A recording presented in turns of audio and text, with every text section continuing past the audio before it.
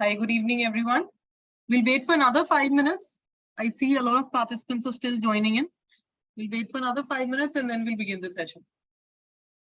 Good evening, Ruma ma'am.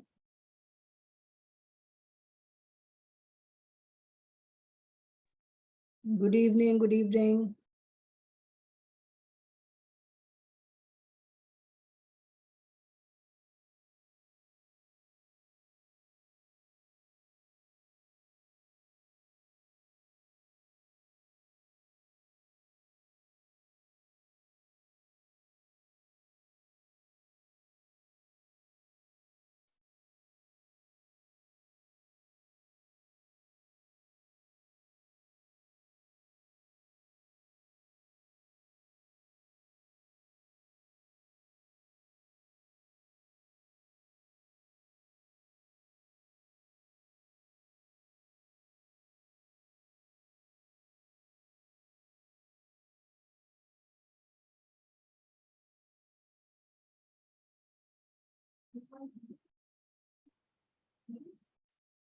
Yeah.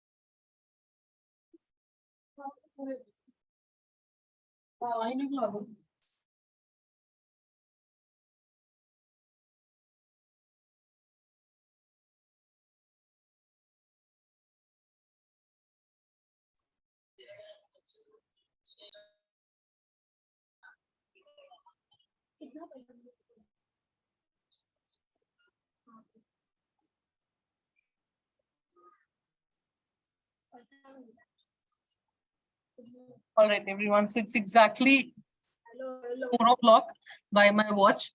I think we're good to start the session. Ruma ma'am, can we start the session? Yes, I think we should begin. So a very I think warm we should welcome begin. to everybody on a Saturday evening joining us this session. This session has been done on a public demand. Everybody wanted us to talk about developing communication skills in the early learners. So hence this session. Just give me a second. I have muted everybody, right? And we're going to keep it like that for the rest of the session. You're not allowed to unmute. If you have any question, you're most welcome to put it up on the chat box. All the people who are the host and the co-host will be more than happy to help you out with the questions, and we'll keep them parked till the end of the session, after which we'll take up all the queries. So for this session, like we said on communication skills, Ruma ma'am is going to talk about what are communication skills and how we can go about developing them in the class, what are its importance and other things.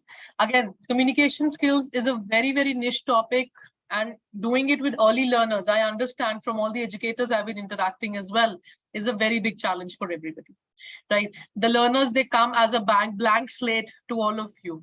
They come with their own mother tongues, talking in English, in Hindi, in Punjabi, in Bengali, in Gujarati. And from there, all of you are expected to suddenly take them over to English, which becomes a challenge. And communication skills is not about only English. It's a general, form of expression, and you need to develop it holistically as per the NCF as well.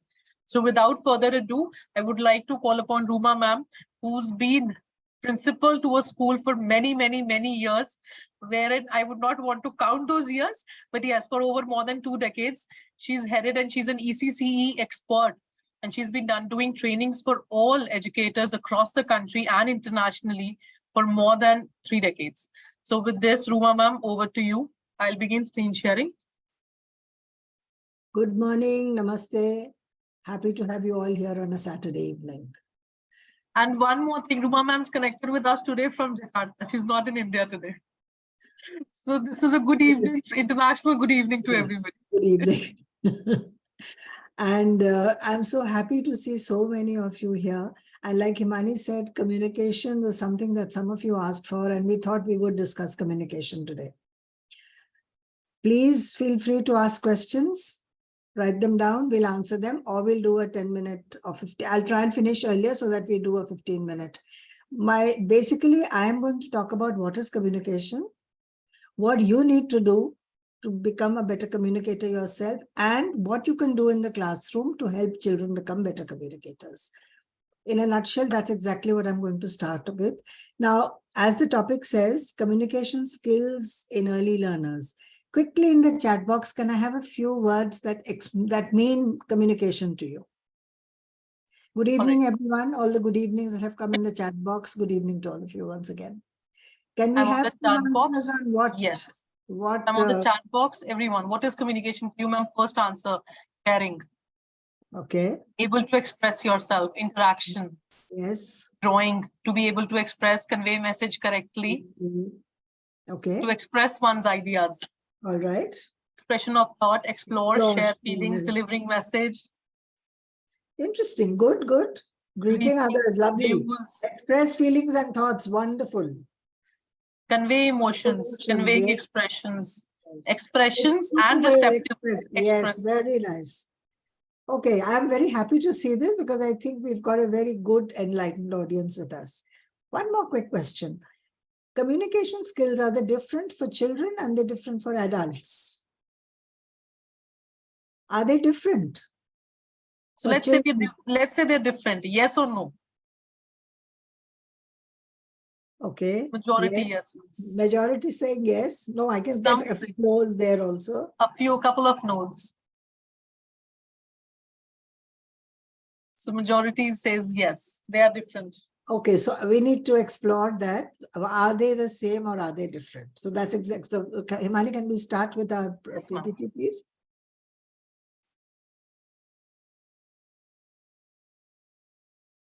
And I hope the screen is visible.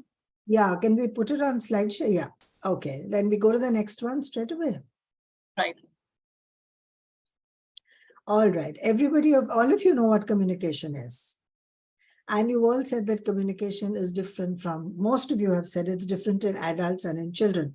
We'll come to that later. But why is communication important is something that I wanted to talk to you about. From my understanding, I think communication is a life skill. Without it, we will not be able to have any of our social constructions, any of the fundamental issues that we face. It's a very, very fundamental basis of everything that we do. It's the foundation of relationships. And it is said that if you help children develop communication skills, it sees them through life. And it helps them to construct their social world, because children also have to live in a social world, isn't it? That doesn't need any explanation. Now, if we are going to do that, let's go to the next slide. I want to bring this in. The first 5 years have so much to do with how the next 80 years turn out. That's why it's the foundation. It's a foundation. It helps to build relationships. It helps as a social construct. It's a life skill, but the foundation is all laid here. So if you are successful in developing these communication skills to the best in your children, you have to become a better communicator yourself and consciously develop these skills. They're going to be sorted for adult life. Most of the times, this is not happening for whatever reason. I mean, we're not looking at who's not doing what, but it's not happening. And that's where most of our problems arise. Now, exactly what is a communication skill? Children have, why children? You and me here, all of us here, we want to understand and we want to be understood, isn't it? We all want to understand. All of you sitting there would want to understand what I'm saying. And at the same time, you would like everyone, me included, to understand what you are trying to tell me. That means you want to be understood too. That is the basic premise of communication. to be able to understand and be understood. There's no point in if it's supposing Himani and I are having a conversation, I need to understand what Himani is saying.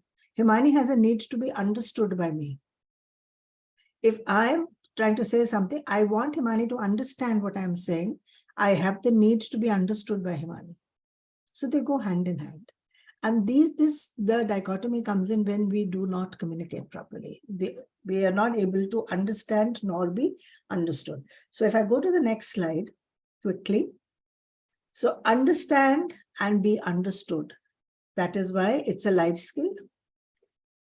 It's the foundation for everything that we do.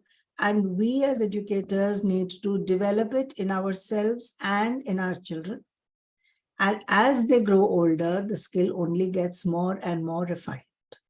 And in this refining process, you play a very, very big role. Because the adults who interact with children, this is their prime responsibility. Because you have to teach them to communicate with a variety of people. Now, communication will involve listening, understanding, and responding. How the child understands the world around him, not just understands, how he interprets it. We always tend to forget what interpretation the child is making of the world around. There's a huge storm and a child is scared. You as an adult are not scared. Try and understand what's going on in the child's mind. How is the child interpreting the storm? For you, the storm came, the storm is gone. It's settled down. And so it's all gone now. What are you scared about? Try and interpret what about the storm made the child in. Just an example. So we have to learn to understand their world and understand how they interpret our world. Most of the times we are ourselves misunderstood, or we misunderstand others because we interpret things differently. A colleague is very difficult. She's always got a sour face. She's so difficult. Let's try and figure out, maybe she's not difficult. Maybe there's something there which I'm missing. Let me try and reach out. So these are basic communication skills that happen, and they happen with children too. So that is why communication skills here, I would like to say, are basically the same. The need to understand and be understood. The degree varies, the atmosphere varies, the skills have to be honed. Okay, let's go to the next one. I'm going to highlight listening, understanding, and responding. Please remember, when we talk, there's a lot more to this. We are not going to look at that. For the early learner, there are just 3 things that are important. To be able to listen, to understand, and respond after understanding. You know, very often we take class and we say, but I did this activity in class. I did everything in class. I haven't missed out anything. But there are always those 1 or 2 children who don't understand. So we need to find out why they haven't understood. Now, listening here, dear teachers, is different from hearing. I can hear the buzz of the AC in the background, but I'm not listening to it. Isn't it? But I hope most of you in the audience are listening to me and not hearing me. It is when you hear with an intention, when you hear with the desire to understand, or with the need to understand, listening happens. And that is why when we talk about language training, we are talking about listening skills. We are not talking about hearing skills. Listening is the base of all communication. If I don't listen, I will not understand. Even when I read, I have to read and understand. There is some material coming my way. Next, ma'am. Here a lot of teachers will have this question that when dealing with early learners, it's very difficult to listen to everything. You know, listening to every student, and they have a class of 40. Yes. Now, when there is a class of 40, if you have to listen to all 40, most of the time you're only hearing. But in that hearing, please pick up the cues. If there is a class which is making lots of noise, which is very common in classes, making lots of noise, listen for the cue. Is there something common in that noise? Is there any particular child who is not making noise? So you have to watch out for those cues. Now, when you listen, maybe you can get different tones. Maybe you will be able to understand there is only one shouting and the others are not shouting. Maybe there is one child who's trying to get an edge in and nobody's allowing the child to speak. So in a collective group, that is what I mean by listening, hearing. Hearing is some part. Some things respond to cues and listen. That is the listening skill. It's consciously listening to them, consciously hearing what is. So even in a completely quiet class, if there is a child who's constantly fidgeting, constantly doing something, that means there's something you need to look at.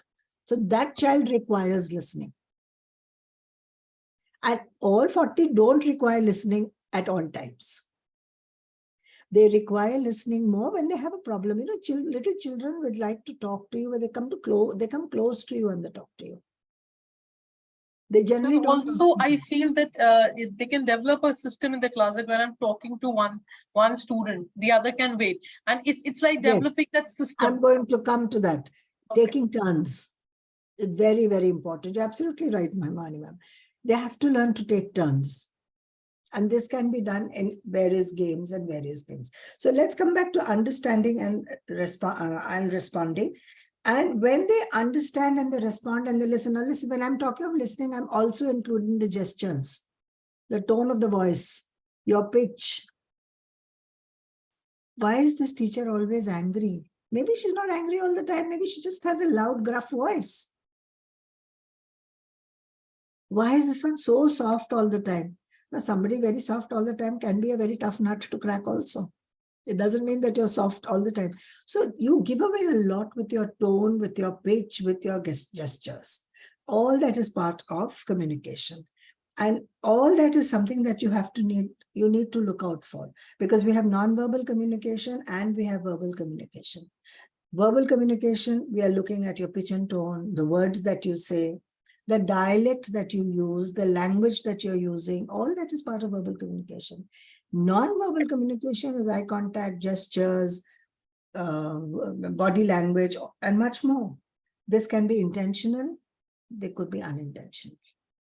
Sometimes a lot of it is unintentional because it becomes a way of, I have this habit of moving my hands all the time.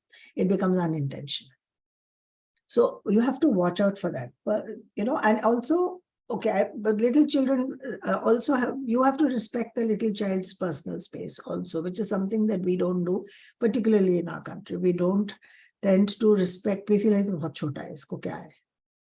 But we need to respect personal space, because that is where respect begins. Ma'am, next one, ma'am. Now, when I talked of verbal communication and non-verbal communication, this is what I was trying to get at. That communication is not just about talking. It's not just about question answers. It's not just about tell me a story. It's a lot more than that.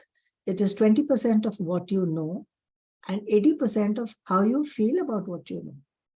You will feel, if you understand, you will feel good. If you don't understand, you will not feel good. Then you will do ratta. Of course, there are certain things in our curriculum where you have to learn it by rote, like your formulas and things like that. But we can reduce that. We can, and NEP is definitely looking at doing away with rote memory, rote learning. Because when there's rote learning, there is no understanding. In 95% of the cases. It's just 5% where learning, relearning, it happens with rote learning. But in 95% of the cases, it is not happening. So 20% of what you know and 80% of how you feel about what you know. There's somebody who's telling me here, well, okay, I missed that. Okay, let's go to the next one. Facial expressions. Forms of expression. This is something that all of you know. If there are any questions here, you can ask me. Talking. How do you talk? Please give verbal acknowledgements to children. Okay, I understand what you're saying. When the child is telling you something, keep nodding or keep saying, oh, really? Is that true? Did that happen? Okay, now then what? They feel nice. And try using a lot of noticing statements. By noticing statements, I mean, oh, I noticed today that your uniform is, you worn your uniform very well. I noticed today that you're wearing a smile more often. I think I realized that you're in a better mood today. Somewhere where you are communicating to the child that you've taken a minute or a second out of your busy schedule and noticed the child. It goes a long way. It's appreciation. When you walk into school and your head of the school or anybody who's, in the hierarchy is senior to you tells you, oh, you're looking lovely today. What a lovely outfit you're wearing. Or your handwriting was very good. Or your lesson planning was wonderful. Don't you like it? I think we all like it at any stage of our lives. So it's the same thing. Noticing statements. Gestures, very important. You can develop a gesture system in your class. You can clap. These are all things that you do, no? Clap your hands, birds fly. Or you can say, instead of saying, keep quiet, you can just do this. I'm sure all of you have evolved your own gesture mechanisms in your classes. Sign language works very well with children. And sign language should be polite. They understand that because these children are exposed to a lot more. Your facial expressions. I'm looking thoroughly disgusted and I'm telling somebody, oh, I enjoyed it. What kind of a message am I giving? So your facial expression must match what you say. You don't have to be brutally honest. If you have sat through something which is very, very terrible, you can keep quiet. Okay. Eye talk. A lot can be done with eye talk. Eye contact. Talking to a child, eye contact helps. Eye contact helps even in adults. When you go for your interviews, we tell you that, always maintain eye contact. So eye contact, again, developing the concept of eye contact will give them more confidence. More confidence means they will be more comfortable. More comfortable means they will open up more. When they open up more, their communication skills are going to get better. Because they have to be relaxed and happy to be able to talk to you. Picture symbols. Definitely use pictures in classes. Tell them what it means. So you can even use a picture symbol as a means of communication once you've explained it to them. Why always talk? That's also part of communication. Then they learn signs and they learn to understand signs. Silence in a library, if it's just this, over a period of time, they know that, okay, this means I need to be silent. Instead of saying fingers on your lips, now children, there's so much noise happening in the class. Put your fingers on your lips and your head down. And then the child comes up, opens, he looks up and he says, but if I put my head down, how can I put my finger on my lips? So, you have to be very clear about what you tell them. Drawing and help them to draw. You all know drawing and writing, painting is a wonderful form of expression. Art integration is what we have in our classes. It's also because, I've heard things like, वैसे इतना syllabus होता है, and on top of that, they've added art integration in our classes. Now we're going to do only drawing painting in our classes. Instead of teaching have to do drawing painting, please, you're teaching via drawing painting. You're teaching skills via drawing painting. The children are getting a chance to express themselves. And in that, and you don't have to be an art teacher or a painter to do art integration in your classes. Somewhere it's a misnomer that only, oh, acha, art integration karna, give it to the art teacher to do. No. Each one of us can integrate art in our classes because we are not looking at everybody being a Picasso. So these are forms of expressions, simple, you do them all the time, consciously think of them, they will help you to become better communicators and for your children to learn. But it's two ways. I cannot tell you only what you should do, because when I tell you what you should do, you need to implement it in your classes. It doesn't work one way. Okay, now when we talk of, next slide, ma'am, please. When we talk of communication, there are 5 simple things to do. We call them the 5 C's of communication. What you say, you have to be clear. Your head should be clear. Your eyes, your idea should be very clear about what I'm saying. And if I have 30 ideas in my head, I do not share 30 ideas with the children. I have to be very clear that at this point, I'm sharing this one idea because we are right now talking only of early learners. So with early learners, one idea at a time, not more than that. So very clear about the idea which is there in your own head. Cohesive, you have to be logical. Be very logical when you tell them something. There was this, let's take an example. When you're going out, shut the door. Make sure it doesn't open. And the child goes, he looks at the door, but there's no latch. So it opens. There's no way it shuts. So he turns around and says, but the door is not closing. What do I do? What is done after that is not important here. But I was not logical in my own question or in my own statement to the child. I need to find out, will the door shut like that? I have to be very logical about what I tell them to do. Don't make promises you cannot keep. Today, children, I'll take you out to the playground to play. Yes, if it starts raining and you can't take them out, that's a different valid thing. They will understand. But because you are feeling tired and you don't feel like going out, you don't take them out. Now, that's not fair. So be very logical when you give out things. And whatever you say, let it be complete. We don't start, this, acha, okay, no, let's do this. We're confused ourselves. No, we start 2-3 things at the same time. So be very clear, cohesive, is logical, complete in your instructions. Concise, be brief. It's like due to the fact that we cannot do this. Why say due to the fact? Because we cannot do this. So be brief. The lesser words you give to the children, it's easier for them to understand. The very small vocabulary will develop as they go along. Sometimes you say, that one was in very close proximity to this one. Why? A was near B. I've used a small word. I've shortened the length of the sentence. And the thing is, it has reached the child. So be very, very concise and be very concrete. Don't use vague terms, which they don't understand. Use words from their vocabulary. Only you know the vocabulary of your class. So don't use big words. Or today, okay, it's different if you're doing word of the day. But in your regular language, when you're trying to reach out to children, please don't use vague terms. If I tell a small child that I think, you need to be more honest. Does he know what is being honest?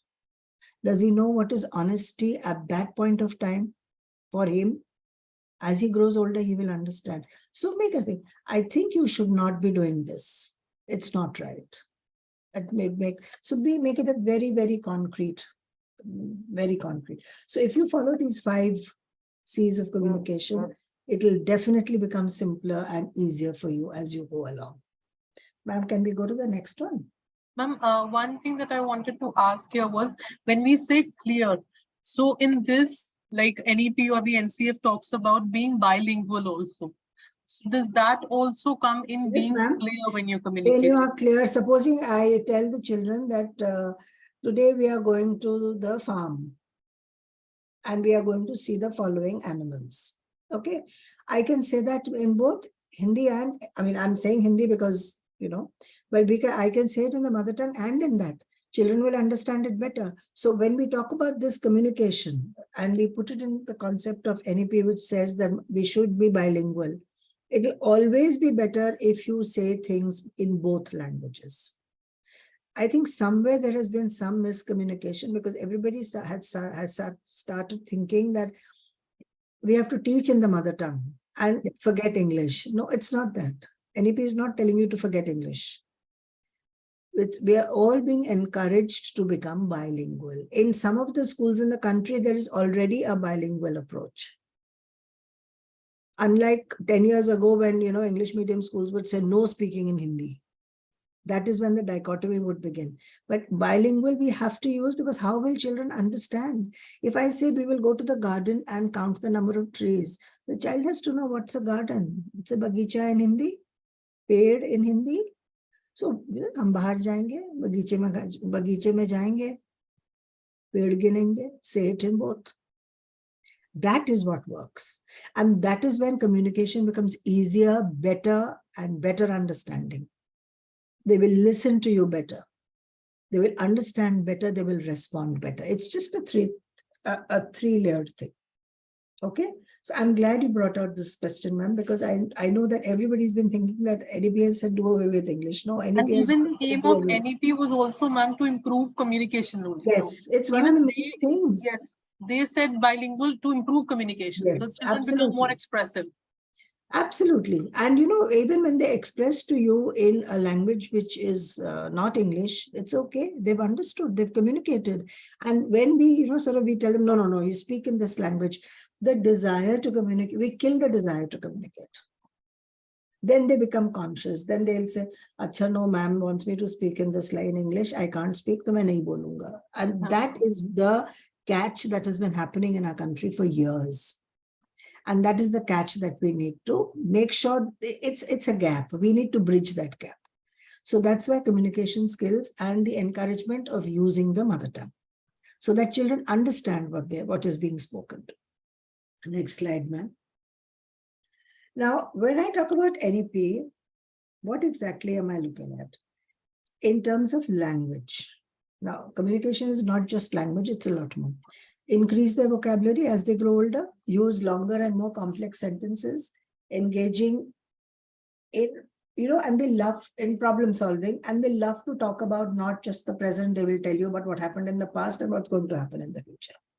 So you have to allow them to speak, and you have to allow them to do this. Now, typically a 3-year-old, generally by the time a child is 3, a child has about 50 words in their vocabulary, is able to name things which you point out in a book, is able to identify verbs. They'll tell you the action of what's happening when you show them a picture, running, walking, climbing, sitting.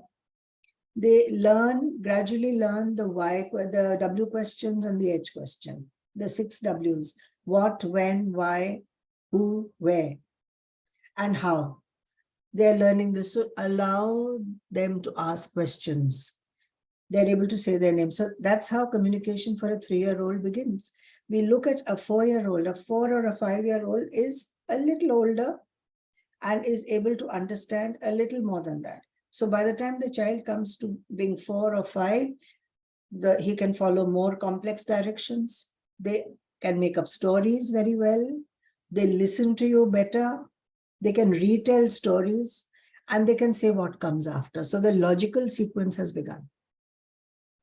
So from 3 to 5, when they are with you, you have to work at this skill so that by the time they leave your classes and go to the next one, they're able to handle these things.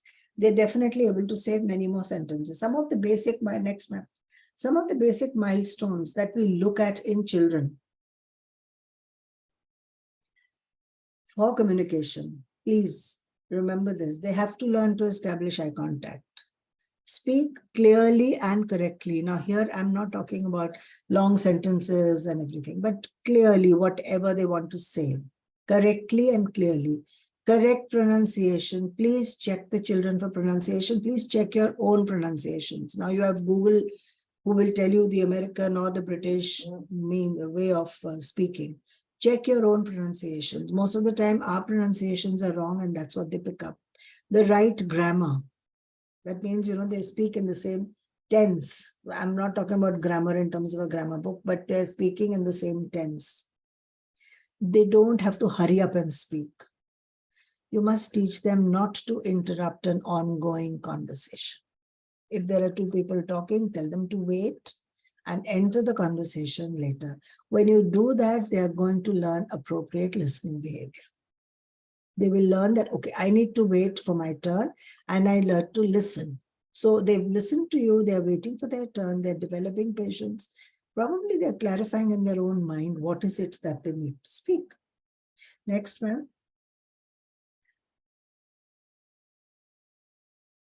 Okay, I'll just take you quickly through how you can encourage children before I go on to activities, ma'am. I always confuse the time. I have time, isn't it? Yeah, okay. So I'm just reminding you of what you already know. Develop a climate where they can approach you without hesitating. If they've come to talk to you and they're not able to find the right word, give them time to process. Give them time. Don't say, okay, now hurry up and tell me what you've come to tell me, and carry on. Oh, never mind. Think, tell me. Show some patience. Do not be overcritical. If he's missed a couple of words, it's okay. Maybe at some other point you can tell him or her that. Appreciate the fact that mustered up enough courage to come and speak to you. Avoid overcorrection. While I did say in the previous slide that they should use the correct pronunciation and the correct grammar, don't correct them at all times. If there were 4 mistakes and his mistakes have come down to 2, appreciate that he's come down to 2 mistakes. Don't be, because then, the charm of changing, relearning is gone. Ensure you take turns. You also take turns, children take turns. Proper eye contact, as I told you, display appreciation, as I said earlier. Be a good speaking model. Memani, next, please. Be a good speaking model. Speak well yourself. Also speak very slowly when they're talking to children. Yes, absolutely. Quickly, because a lot of children don't grasp. Yes. I've experienced this myself in my household also. If they're listening to English, since it's a foreign language, they tend to understand if I go slow. Yes, yes. And anyway, now when they listen at home and they're watching TV, they come out with various accents. So don't be overcritical of the accent. It doesn't matter in whichever accent they speak. As they grow up, the accents will go. Cartoons have cartoons yes, so that's okay. We can't blame them. Don't make them conscious of the fact that they're speaking in a different accent. When they become older, they become conscious, the accent will go on its own. Encourage them to listen carefully. See the effect of listening carefully. You have to highlight that. See, you heard me properly today, no? They'll also understand, okay, now I must listen to ma'am. Demonstrate empathy, please. Be non-judgmental. As I said earlier, don't be overcritical, don't overcorrect. Adjust your own communication method. If you feel something is not working in class, instead of saying, my God, what kind of children I have in the class, they don't understand anything. Maybe you need to look at yourself. Maybe you're not following the right method of communication. Show an interest in others. Be conscious of confidentiality. Dear teachers, this is very important. If a child comes to you, says something, or you have found something in the child's way of being or family or anything, do not make it a staff room conversation. Speak to the supervisor or the head of the school whom you need to speak. Definitely the counselor, you know where to go, but do not make it, because you have to understand that there is something called confidentiality. And as adults, you are honor bound to be confidential in what matters children tell you, or even you wouldn't like something very confidential of yours being aired all over the place. No? So why? But for a child also, it's equally important. Next one. Please be professional. Avoid being judgmental about children. Oh no, it comes from this area. No, they all kids from this area are like that. We all tend to say that. Don't be professional. It doesn't matter where the child comes to you from. You're in Especially the for class. some children, they have parents who are very critical. Don't do that. You are not concerned with where they are coming from, or what their background is. As far as they are there with you in class, they're all absolutely equal. And you have to look at them like that. Be genuine and friendly. By friendly, I don't mean hi, hello, back, pat. No. Be approachable, be friendly, listen to them. Be considerate of others. All children are equally important. Make sure you give equal attention to all children. Avoid stereotyping, what I just said. Be professional. Don't stereotype. Oh, all children who come in this bus are like this. They come from that area. Or everybody who comes from this particular culture will be like this. Please do not bring in these stereotypes. We are great at bringing in stereotypes. We are great, and this stereotyping leads to racism. Let me tell you that. Please don't do that. And we have enough of this in our country. So I think we as educators need to put an end to it. And by starting small, every drop in the ocean counts. Sometimes they tell you everybody's doing it, why can't I? But maybe it can start with you. Consider cultural differences. Please, if you are not aware, please open up Google, please open up a book, please listen and see that we are a country with so many states, so many different cultures, food habits, clothing, the way we speak, what works, what doesn't work. If you are aware of this, you will appreciate the child in your class.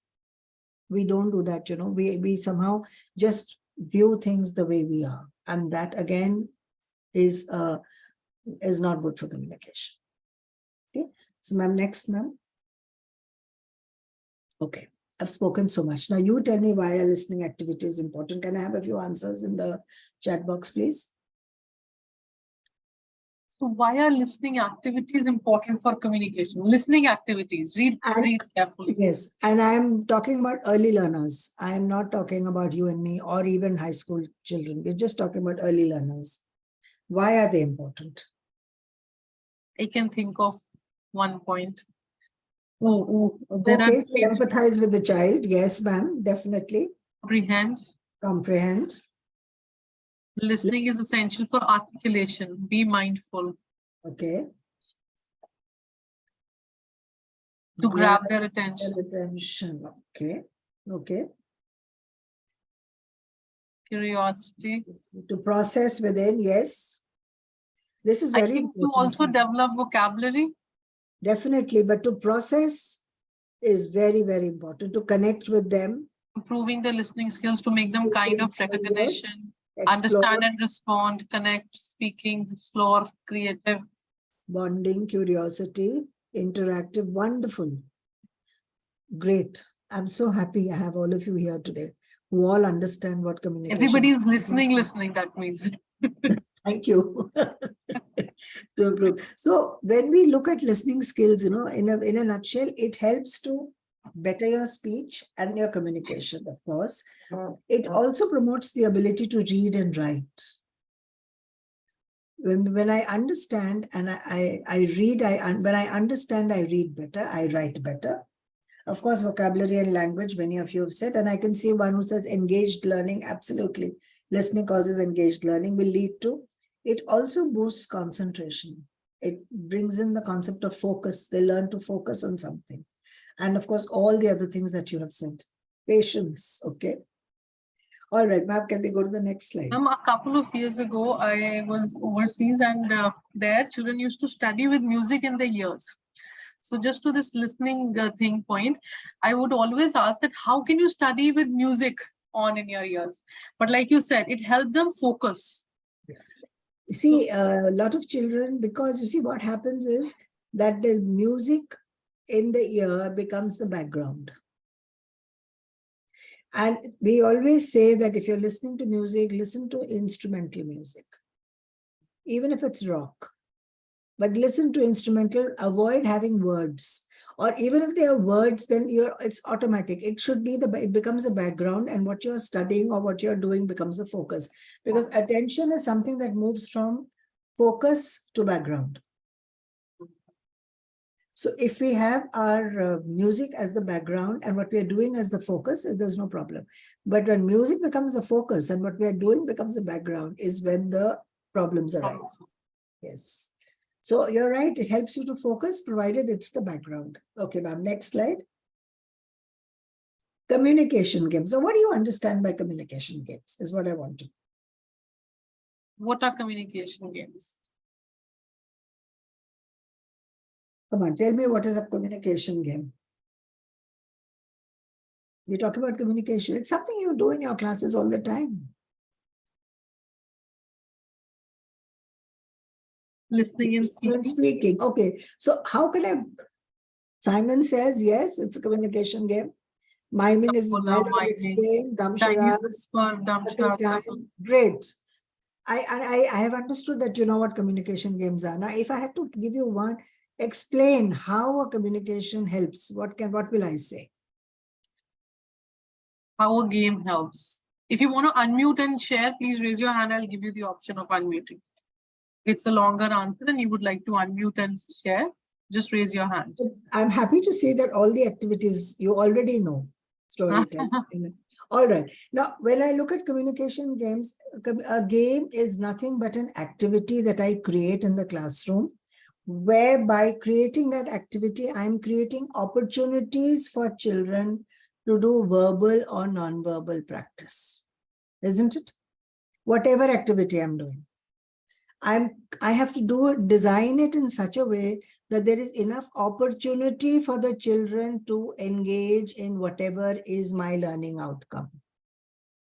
Whether it is, being able to speak, building confidence, sharing, collaborative activity, emotional bonding, whichever way. It helps understanding that communication is not just limited to a language at the very core of it. Yes. So when you develop these skills, when you develop these games in your classes, you must design them with a learning outcome in mind and exactly what you are going to do in the class and how will you do it. Because, we give out an activity, they do it and we collect the sheets back, or we do it and we tick it off in our lesson planner saying that I've done it. That very often defeats the purpose. So if I have a clear outcome that, all right, if I'm doing show and tell, this is what I want my children to do. And every child should be able to, form 2 sentences on their own. Bilingual, let the sentence be bilingual. I'm not looking at English proficiency. I'm looking at the ability to speak. Let it be bilingual, even if it is 2 sentences. So your outcome, your learning outcome was develops the ability to speak comfortably. Okay. So I'll take you through a few communication games, which I'm sure all of you know, but let me, what you can do in the classes. Ma'am, next, please. What does this picture tell you? We call it play telephones. It's a version of the Chinese whispers. I'm sure everybody knows Chinese whispers. Start with a sentence in your class, circle time, or whenever you want to do it as an icebreaker, or when they've come back from an outdoor activity, or when you have done a particular concept in the class and you want some clarity. Start with 1 sentence, forward, or maybe 4 words, they're small, or 2 words, and let it come to the last child and then see. It's a fun game, but they enjoy it. You can make, why it is play telephones is because I saw in a particular school that instead of calling it Chinese whispers, all the kids had these little walkie-talkies in their hands. Now, even if you don't have walkie-talkies, they can draw an activity of drawing and cut out a phone, hold it in your hand. Of course, it won't look like this. Phones nowadays don't look like this. They look like mobiles, of course. They draw and they keep it on their fingers and they talk. So it's a very simple game, but if you construct it well, you will be, especially with pronunciation, when you are focusing on pronunciation. Play telephones or Chinese whispers works very well. Next, ma'am. Okay, pointing directions. You can get your children to tell you, supposing from your class, they go to if they're going to fill their water bottles or if they're going out to play, tell them to draw. Give them paper. Tell them to draw. How will you go out of the door to maybe the park or whatever activity you do in school, or to fill your water bottle? He'll draw a line, left, right. He'll come up with some kind of a maze. Physically do it with the child. Can we follow this? You may or you may not. But it will bring clarity in direction with them. If you do it with 1, 4 will understand. You do it with 4, 6 will understand. It's a wonderful thing for pointing directions. If they're a little older, you can ask them to write, but your babies may not be able to write. So you can give them directions or let them do it. And then you follow it with them to see how right or wrong they are. You don't draw it for them. You don't draw it on the board for them so that they copy. No, let them draw it on and use something very simple. Start with the simplest direction that's possible. Actually, let them draw directions on paper pencil. Next, ma'am. I can see a raised hand here, ma'am. Or maybe we could take the question later. We can take this question. We'll take Shivali, ma'am. I'll call you up towards the end. I hope that's okay, Shivali, ma'am. Show and tell. You all know what is show and tell. Encourage them to speak bilingually. Don't focus on the correctness of the English there. Focus on the correctness of the word, the correctness of the pronunciation, and the building of confidence that the child gets when he's able to speak, because this is the show and tell is the foundation ground for developing public speaking. And public speaking today has been eloquence, public speaking. This has become a must now. Next, ma'am. Next slide, ma'am. Himani, ma'am. Presentation and extempore. When I say presentation, I am not really talking about a PPT or anything that they are presenting. Let them draw, let them do a poster, and they come up and they explain the poster to you. If your kids are, tech savvy enough to draw, make little PPTs themselves, you can do that. But basically, let them make whatever they have drawn. If it's a poster, it's an activity, anything, let them come up and speak about it, whatever. Why did you use the red color? But is the door really red? No, ma'am, but I wanted a red door. Fine. Extempore. Please encourage extempore speaking in the classroom. Anything. You can just give any little thing, any word or anything, and just any sentence. Even when you sort of after break, when they come back, or they haven't gone out. So, okay, what did you all eat today? They'll say all kinds of things. Let them say, okay, supposing someone says, I had cucumber sandwiches. All right, now you tell me what was there in the sandwich. How was the sandwich made? They wouldn't have made it. My mother made it, or whoever made it. Okay, what was there? Was there bread in it? Was there cucumber? Is cucumber good for health? Just little conversations like that and encourage them to speak about their tiffins. It's an extempore activity. And it will work as a show and tell also. So most of the activities are overlapping. Next time. What does this mean for you? Emotional charades. You show them, you can have cutouts of these faces. They're very easily available. Pass it around, tell them to pick up one. And whatever it is, tell them to, supposing it's sad. Okay, imagine you're sad. How would you feel? Imagine you're angry. How would you feel? So they pick up these, and each one, depending on what they get, they enact the emotion. So what are they doing when they're enacting the emotion? They're understanding what the emotion is. They're able to put words to the emotion.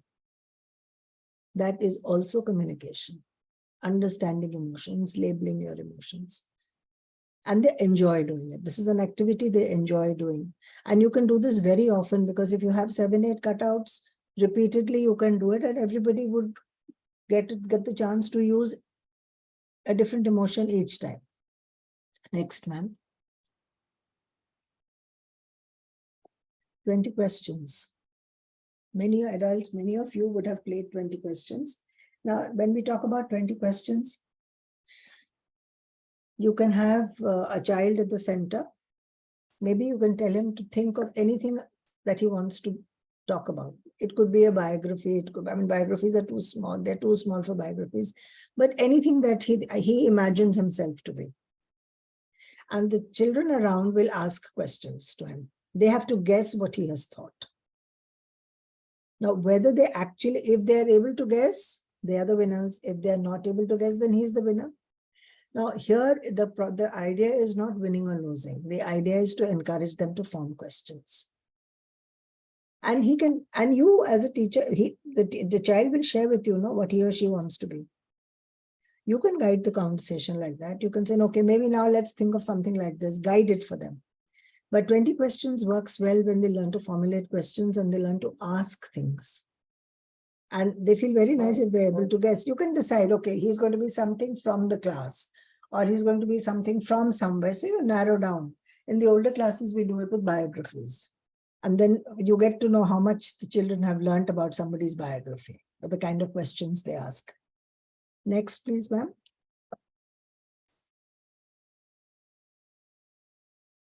Identify the object from picture or description. It sounds very simple, and it's a very simple activity.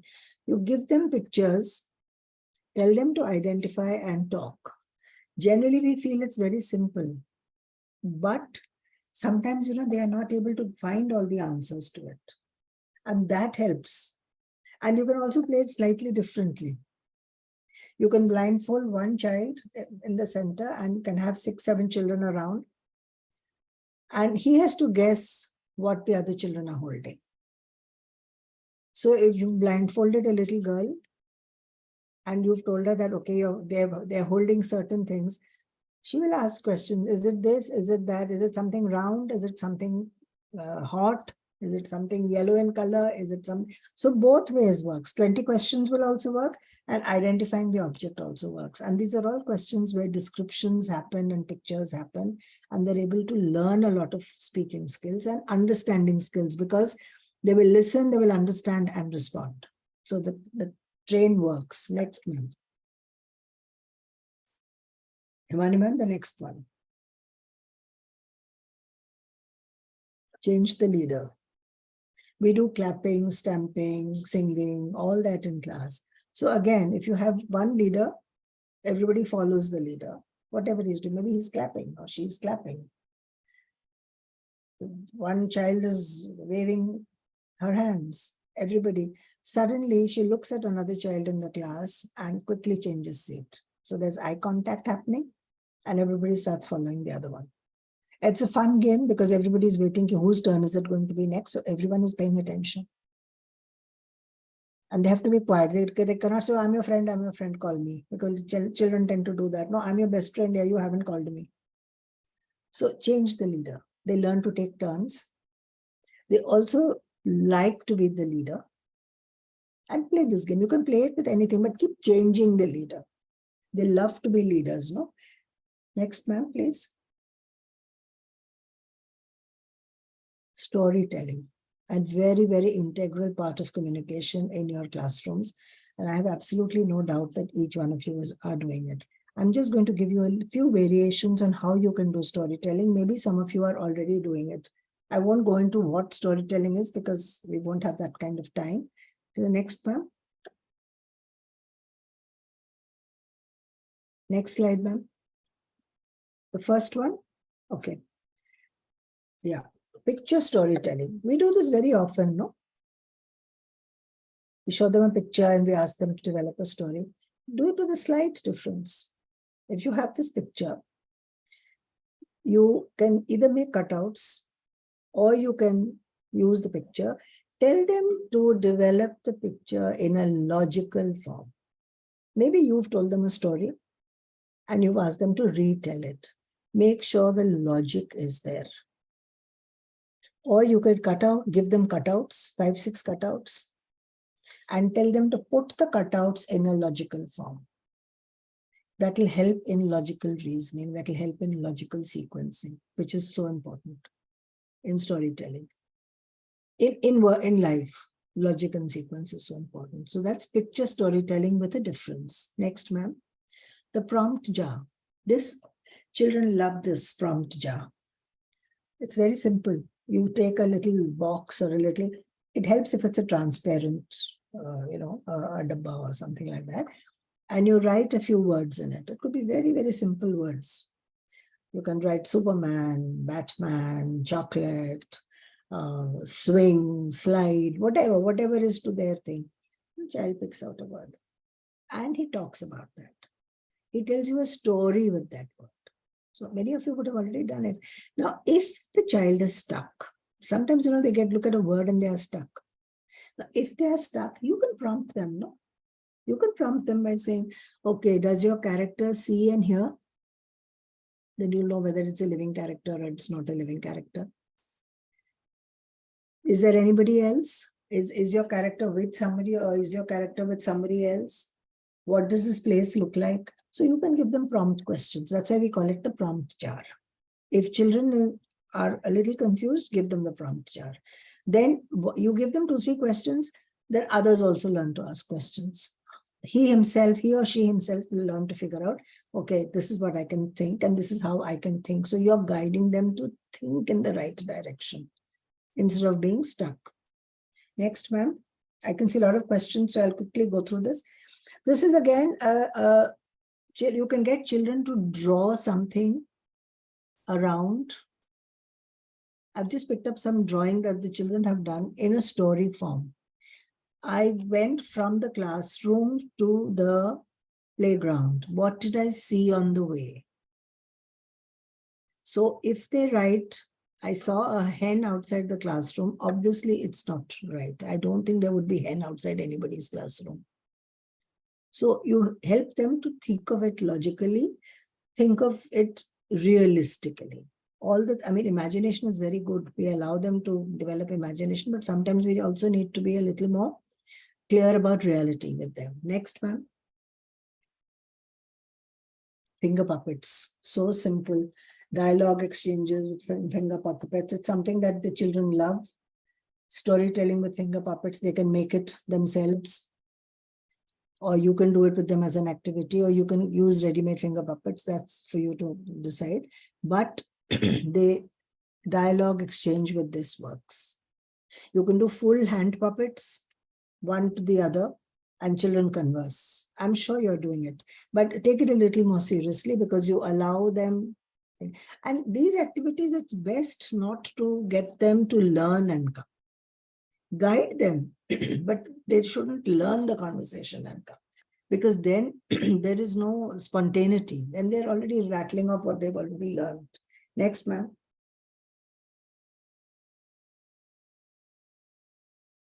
These are stones.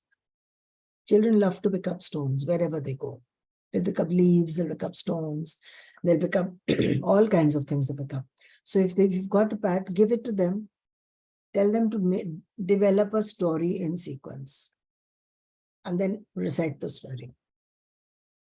All from the environment. So we did puzzle with cutouts, put them in logical order. You can use stones. We go a little further. We can also use other things. Next, ma'am. Get them to draw. This is very interesting. You just tell the children you draw something. The child has drawn. Pass the page. Let the second child draw on that. Pass the page again. Maybe you can have two groups of thing and just pass the paper around. Everybody has drawn something. Then pick it up and let's discuss it. It's a very engaged, it's a great example for really engaged learning. Everyone's involved. Everybody's very curious to know why, what. And at the end of it, a lot of it comes out. And this works very well with children. Next, ma'am. If you can, give them the picture of their city, their town, their school, whatever you can, in black and white. Tell them to color it any color they want. It doesn't have to be the color of what they already know. It's a fun activity, and then they can explain to you why they have colored something the same way. Supposing a child colors the middle doll as purple. We're not calling it wrong, but we're going to ask the child, why purple? Maybe you will get, the child is going to be encouraged to speak because it's all about listening and speaking, no? Next, ma'am. Of course, this is your own kit. Whatever you have, you can use it for storytelling as cues. Next, ma'am, please.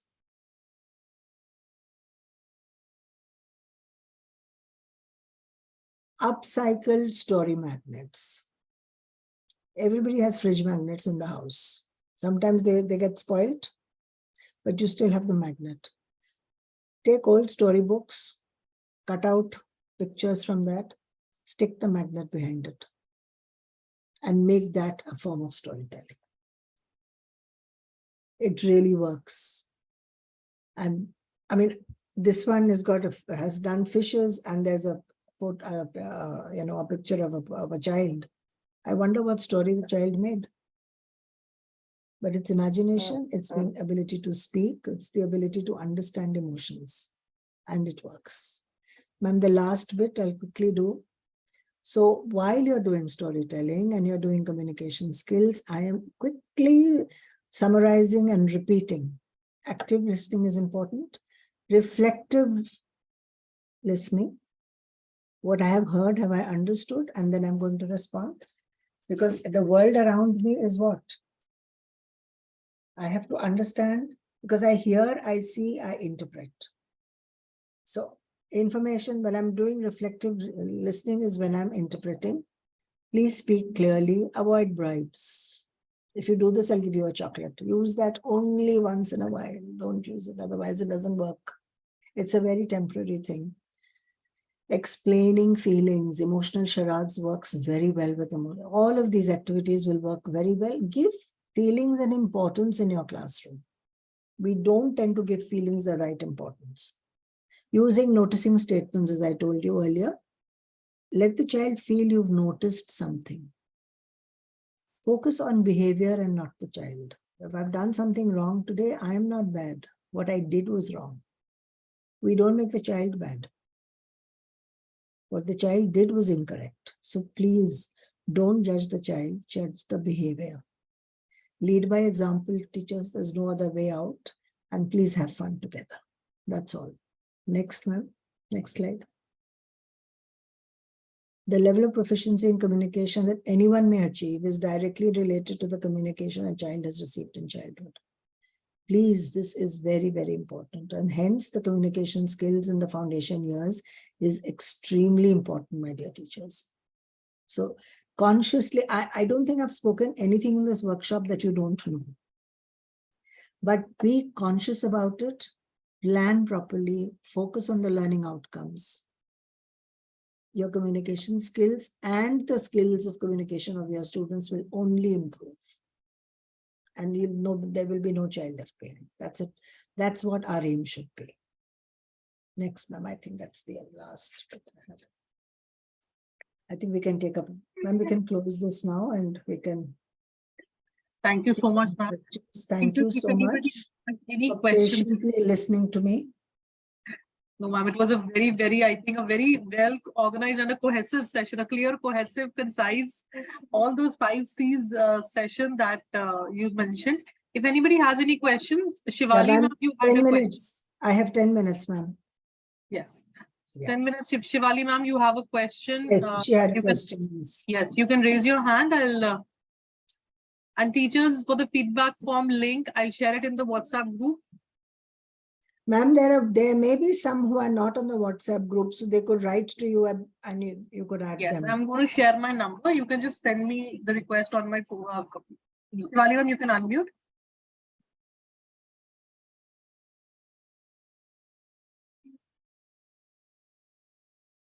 Shivali, ma'am, I've given you the right to unmute. Please unmute yourself so that you can ask your question. Okay, meanwhile, Xiaomi read me. Yes. Yes, ma'am. Good evening, ma'am. Good evening. Good evening. My question is like sometimes it becomes difficult for us to manage the class. Like the children are constantly talking, especially when the strength are like quite big. So how to cope up with that because they were constantly talking to each other. So like how to manage that? Ma'am, basically when there is a large class, it helps to do some icebreaker activities. They would be talking because they're not engaged in what you are doing. So it helps to do, they are small children. I hope you're talking about age 3 to 5, 3, 4.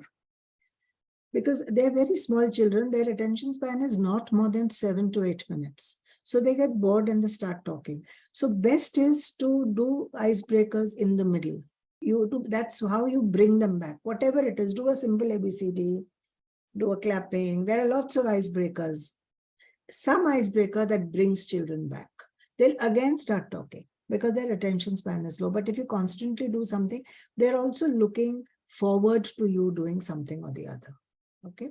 I've always believed that it's more difficult to teach the smallest ones than the senior ones. So it is a tall task, especially when the numbers are more. But I think if you do icebreakers, it would be better and make your classes colorful, interesting, humor, fun, activities and not just writing, because then children get bored.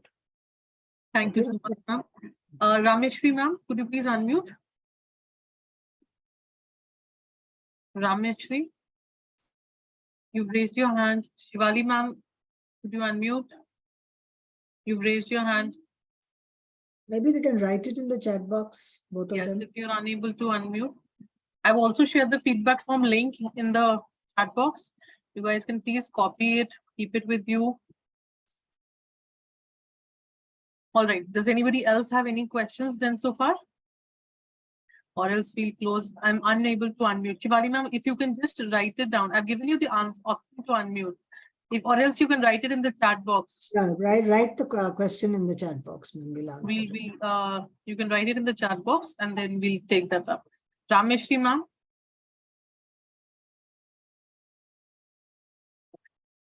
Anybody else has any question? Thank you so much. Excellent session. Thank you so much for your feedback. Meena ma'am. Yes, Meena ma'am. Hello, ma'am. Good evening. Good evening. Sometimes it happens that we have to complete our course, just like the day course. So it's become unmanageable even to tell them or to explain the things, because time is short and we have a limited time to explain things. So how to cope with that, ma'am? Ma'am, when you are Yourself doing, face this kind of if problem. you have a reason, if I don't think any early childhood course would have an unreasonable syllabus.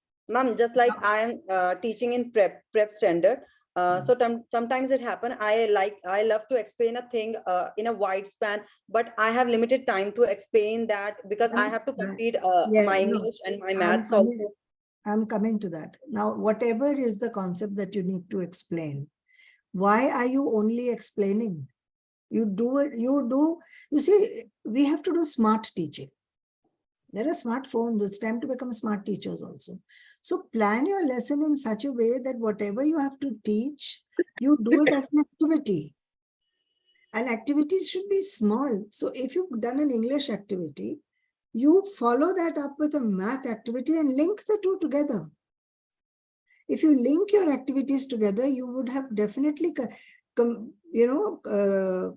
what you are supposed to be doing that day. Build on what children have learned earlier. Don't do it as piecemeal. When you do things at piecemeal, then it takes much longer. But remember, there'll always be that few in the class who have not understood. So you have to cater for them. Have multiple activities planned. You may not do them all, but you must always have multiple activities planned. And if you plan properly with lesser talking and more doing, it will go faster. Children don't understand explanations. They don't, I can explain something to them 30 times. They will still not, there'll be those 4 or 5 who have understood, the others have not. They will understand only when they do it. So you have to do more activities with them. I know it's easier said than done. You all are in the classes, I'm not. But plan for it, and plan for 5, 6 activities. You may do only 2, but you'll always have an activity bank ready with you. So plan for it like that. Do lesser speaking and more interaction. It will work. At least 80% it will work. All right. Nisha ma'am, thank you so much, ma'am. Nisha ma'am. Ma'am, one more question. Last question. Hello, ma'am. Hello. Actually, I'm teaching in the nursery class. My children are not sitting properly. My class is too big. Doesn't matter. My class is too big. My classroom is too big. So they don't sit at one place. They won't, So at that, they're small children. So why will they sit in one place? It doesn't matter if they don't sit in one place. they don't listen to what No, should I do? listen. If they're not listening to you, ma'am, you need to look at yourself. Maybe you need to, as I said in one of the slides, change your Yes, method ma'am. of communication. Maybe you are Yes, not ma'am. communicating properly. Make it interesting, make it fun. Okay. Actually, the classroom is too big. They are That's okay. You can have corners. You can divide your classroom into corners. You have one corner, make that. If it's so big, you're very lucky. And how many children do you have in the class? 26 at present. Wonderful, ma'am. You have an ideal setup. Make one into a reading corner, make one into a math corner, make one into a clay corner. And they Okay, know, ma'am. okay, you finished doing your math, now you can go and play in the clay corner. Okay, You ma'am. finished Thank doing you. clay, now go to something. So rotate it. Okay, ma'am. Thank you, ma'am. Nisha Thank you. ma'am, just if you can connect with me on WhatsApp, I have a very nice idea I can share with you next week. But you can just connect with me on WhatsApp for the same. Okay, There ma'am. you are. Mani ma'am will give you an answer for it. No, I have an idea. I've shared it somewhere. Yeah. No, you're right. If you have a big classroom and you have 26 children, ma'am, you're very lucky. It's lucky class, actually. Thank you so much, ma'am. I think we'll continue with the questions. Teachers, if you still have more questions, we are there on WhatsApp. Let us know. I've shared the feedback link already. If anybody still has any doubts, you can reach out to us anytime. Thank you so much for connecting. And they can also let us know what other sessions they want. So yes, we can what next topics do you want? And so we can plan it accordingly. And thank you, Ruma. Thank you so much. Thank you Good so evening, much. everyone. Good evening. All right, I am adding my WhatsApp number. you can text me here. I hope everybody's got it. 8146867885. You can send me a WhatsApp, but I'll not be available till Monday. Allow me also a nice weekend. And yes, I've shared the feedback link once again, along with my number. Okay. Thank you. Thank you so much, everyone. Thank you, Namita ma'am. Thank you. Bye.